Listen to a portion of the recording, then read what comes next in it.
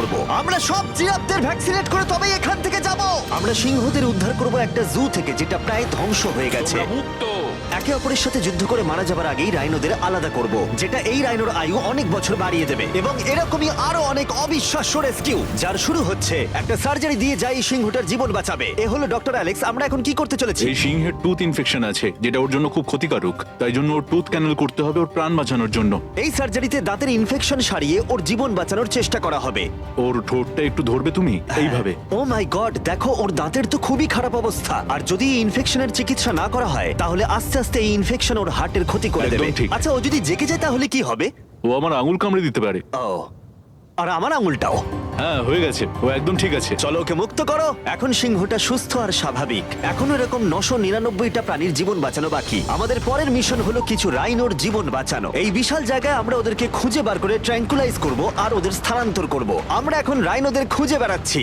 ওদিকে চ্যান্ডলার রয়েছে আকাশে। আমি হেলিকপ্টারে করে চারিদিকে ঘুরে বেড়াচ্ছি। যদি কোনো রাইনো দেখতে পাই তাহলে আমরা তাকে রেস্কিউ করব। এখানে শক্তিশালী রাইনোরা দুর্বল রাইনোদের তাড়িয়ে দেয়, কিন্তু যেহেতু এই এলাকার চারপাশটা বেড়া দিয়ে ঘেরা আছে তাই দুর্বল রাইনোরা এখান থেকে কোথাও যেতে পারে না, আর তার ফলে ওদেরকে মেরে ফেলা হয়। হ্যাঁ, একদমই তাই। তাই প্রথমে আমরা ওদেরকে ঘুম পাড়াবো আর তারপর ওদেরকে এমন একটা জায়গায় নিয়ে যাব যেটা ওদের নিজস্ব জায়গা হবে, যেখানে ওরা বেঁচে থাকার জন্য পর্যাপ্ত খাবার আর জল পাবে। তার ফলে ওরা শক্তিশালী হবে। চলো আমরা কি ওখানে রেস্কিউ করি?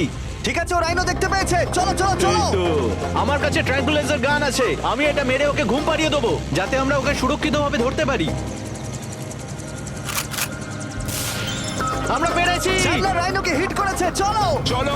একটা রাইনো ঘুমিয়ে পড়েছে, পরেরটা দেখি। Chandler, good shot. প্রথমেই আমরা ওর অ্যান্টি পোচিং কলারটা খুলে নেব, আর সেটা এইভাবে হবে। এই কলারটা রাইনোর স্পিড ট্র্যাক করে, আর এর ফলে ও স্থানীয় জায়গাতেই থেকে যায়। যদি হঠাৎ রাইনো খোলামেলা জায়গায় দৌড়তে শুরু করে যখন চারপাশে কোনো প্রাণী নেই, তখন আমরা জানি শিকারীরা ওকে মারার চেষ্টা করতে পারে। আমরা চেষ্টা করব যাতে এই রাইনোদের আয়ু অনেকটাই বেড়ে যায়, কারণ ওদের সংখ্যা খুব একটা বেশি নয় পৃথিবীতে। হ্যাঁ তোমাকে অনেক ধন্যবাদ, এটাই আমার বলার ছিল। তাহলে এটা হলো একটা মাইক্রোচিপ যেটা আমরা ওর শিঙের ভেতরে ঢুকিয়ে দেব, তারপর সেটা আঠা দিয়ে আটকে দেব। এবার যদি কোনো শিকারী ওকে বেআইনি ভাবে মারার চেষ্টা করে তাহলে কালোবাজারে ওর শিং বিক্রি করার সময় আমরা ট্রেস করে ওদেরকে ধরতেও পারবো। এবার এই রাইনোকে এমন একটা জায়গায় নিয়ে যাওয়া যাক যেখানে বড় রাইনো একে মারতে পারবে না।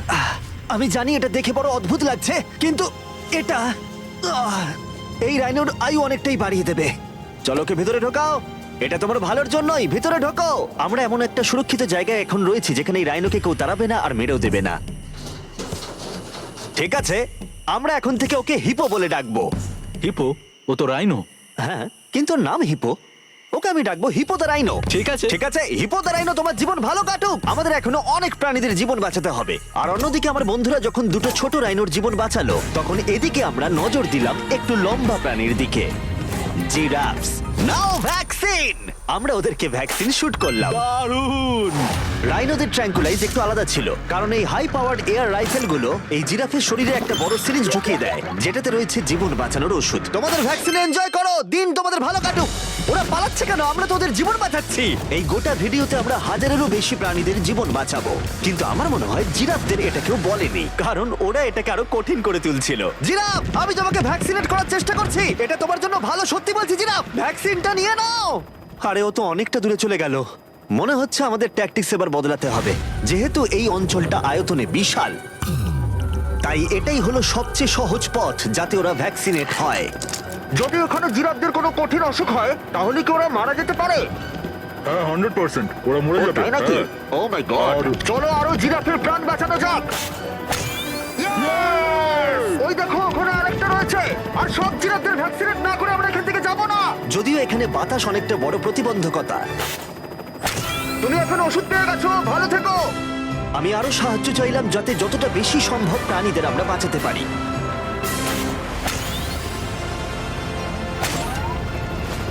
আমি 5টা জিরাফ দেখতে পাচ্ছি, ওদের ভ্যাকসিন হয়নি। আর 4টে জিরাফের ভ্যাকসিন বাকি। 3টে জিরাফের বাকি। ইয়ে! শেষের জন্য একদম সামনে আছে। দেখো, 5 জনকে দেওয়া হয়ে গেল। আমরা ওদেরকে শুট করছি, যদিও আমরা ওদেরকে মারছি না, ওদের জীবন বাঁচাচ্ছি। ঠিক জায়গায় লেগেছে।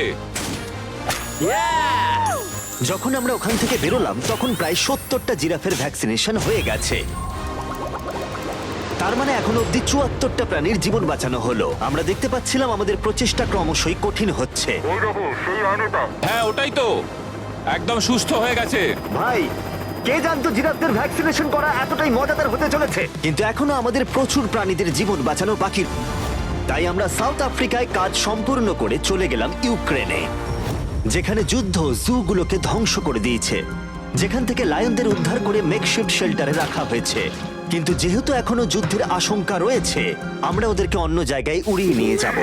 তাই আমরা এই বিশাল কার্গো প্লেনটা নিয়ে এসেছি, যাতে আমরা ইউক্রেনের সীমানার বাইরে এই প্রাণীগুলোকে উড়িয়ে নিয়ে যেতে পারি। ওরা এই প্লেনটা দখল করে নিয়েছে, এখানে আর কোনো সিট নেই। 3টে লায়নই এই প্লেনে ফার্স্ট ক্লাস টিকিট পেয়েছে, আর ওয়াইল্ড লাইফ কনজারভেশনিস্ট অ্যান্থনি পেনিস্টনের সাহায্যে আমরা ওদেরকে 7000 মাইল দূরে সাউথ আফ্রিকায় উড়িয়ে নিয়ে গেলাম, এই অভয়ারণ্যে যার নাম লায়ন ওয়াচ, যেখানে লায়নরা প্রায় 14 একর মুক্তাঞ্চলে স্বাধীনভাবে ঘুরে বেড়ায়। ওইখানে একটা বিশাল বড় বাঘ রয়েছে। আর ম্যাচ, ওটা একটা সিংহ। ও আচ্ছা। গেটটা বন্ধ করো।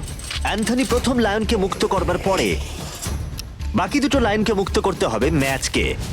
কি আমাকেও এটা করতে হবে? হ্যাঁ, তুমি রেডি? আমি রেডি। চলো করা যাক। চলো। ও মুক্ত। এই লায়নরা এখন যুদ্ধের বিপদ থেকে সম্পূর্ণ মুক্ত, আর ওরা স্বাধীনভাবে এখন আফ্রিকার জঙ্গলে ঘুরে বেড়াতে পারবে। এর পাশাপাশি সমস্ত প্রাণীদের জীবন বাঁচানোটাই গুরুত্বপূর্ণ। এই ভিডিওটা সম্পূর্ণ হবে না যদি না আমরা 100টা কুকুরের জীবন বাঁচাতে পারি। বেশিরভাগ ডগ শেল্টার গুলোই প্রায় ভর্তি, আর যদি এখানে ওরা দীর্ঘ সময় ধরে নিজস্ব বাড়ি না পায়, তাহলে ওরা জায়গার অভাবে একে অপরকে মেরে ফেলতেও পারে। প্রতি 5 মিনিট অন্তর একটা করে কুকুর এই অ্যানিমাল শেল্টার গুলোর মধ্যে মারা যায়। তাই এখনই আমরা 100টা কুকুরের অ্যাডাপ্টেশনের ব্যবস্থা করব। কেমন আছো বলো? হ্যাঁ, ভালো ও আছি। হেই, তোমাকে আমার পছন্দ হয়েছে। তাহলে তুমি কুকুর নেবে? কি ধরনের কুকুর তোমরা খুঁজছো? আমরা একটা ছোট্ট বাচ্চা খুঁজছি। ও, একটা ছোট্ট কুকুর দেখো, ও তোমার কাছে আসতে চাইছে। পছন্দ হয়েছে? আ, পাপ্পিকে হাই করো। তাহলে একে তোমরা অ্যাডাপ্ট করছো? হ্যাঁ। তুমি এই কুকুরটার সাথে রোজ খেলবে তো? হ্যাঁ। আর ওকে খুব ভালোবাসবে? কথা দাও। ঠিক আছে, একটা হলো, আরো 99টা বাকি রয়েছে। আসলে তোমরা হয়তো জানো না, কিন্তু একটা কুকুরের স্বাস্থ্যের যত্ন নেওয়াতে অনেকটাই টাকার প্রয়োজন পড়ে, আর দুর্ভাগ্যবশত কিছু মানুষ সেটা অ্যাফোর্ড করতে পারে না। ওকে ভালো লেগেছে। হাই। আর সেই জন্যই আমি একটা গুড নিউজ ওদেরকে শোনাতে চাই। এখানকার প্রত্যেকটা কুকুরের মতোই এর মেডিকেলের খরচ আর এর অ্যাডাপশনের ফি তোমাদের দিতে হবে না। Oh wow. হ্যাঁ, তোমরা একে সম্পূর্ণ বিনামূল্যে বাড়ি নিয়ে যেতে পারো। Oh my God. Thank you. কোনো থ্যাংক ব্যাপার ইউ। নয়। এটা দেখতে সত্যিই খুব দারুণ লাগে যে অনেক কুকুর তাদের নিজেদের বাড়ি খুঁজে পাচ্ছে। তুমি এদেরকে কি করে না বলবে বলো তো? খুব কিউট। কতদিন ধরে কুকুর খুঁজছো? 3 থেকে 4 মাস হলো। ও একদম ঠিক আছে। ও সত্যি খুব সুন্দর। তোমরা একে বাড়িতে নিয়ে যাবে? হ্যাঁ। আমি এটাই শুনতে চাইছিলাম। ব্রিয়ানাকে অ্যাডপ্ট করা হয়েছে। তোমরা দুজন ওর খেয়াল রাখবে তো? হ্যাঁ। আরো অনেক কুকুর নিজের বাড়ি খুঁজে পাচ্ছিল, কিন্তু বাচ্চা কুকুরদেরই বেশিরভাগ মানুষ অ্যাডপ্ট করছিল। তার ফলে বয়স্ক কুকুররা অবহেলিতই থাকছিল। যেমন ব্লু, এই কুকুরটার বয়স 10 বছর। এখনো সে একজন ভালো মালিকের অপেক্ষায় রয়েছে। আমরা একটু বয়স্ক কোনো কুকুর ও, খুঁজছি, কি cute! কারণ আমরা খুব এনার্জেটিক কাউকে চাইছি না। তোমরা ব্লুকে দেখতে পারো। কেমন লাগছে? হাই। আমার ওকে কেমন খুব আছো পছন্দ তুমি? হয়েছে। ও কিভাবে তাকাচ্ছে দেখো। কত কিউট ও। ও তোমাদের সাথে খুব ভালো থাকবে। Thank you so much. কিন্তু আমাদের কাজ এখনো শেষ হয়নি। যত দিন যেতে লাগলো আমরা দেখতে পাচ্ছিলাম প্রচুর কুকুর তাদের ভালোবাসার বাড়ি খুঁজে পাচ্ছিল। ওকে তোমরা নিচ্ছ? হ্যাঁ নিচ্ছি। দারুণ ব্যাপার।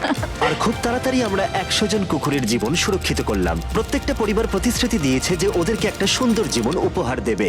এরপরে আমরা এক্সোটিক মিনিয়েচার হর্সদের জীবন সুরক্ষিত করলাম, কারণ এই সমস্ত ছোট ঘোড়াদের নিলামে বিক্রি করা হয় এদের মাংস খাবার জন্য। আর আমি দুঃখিত, কিন্তু এই সমস্ত মিষ্টি প্রাণীদের আর আমি এভাবে মরতে দেব না, তাই আমি এদেরকে কিনে নিয়েছি।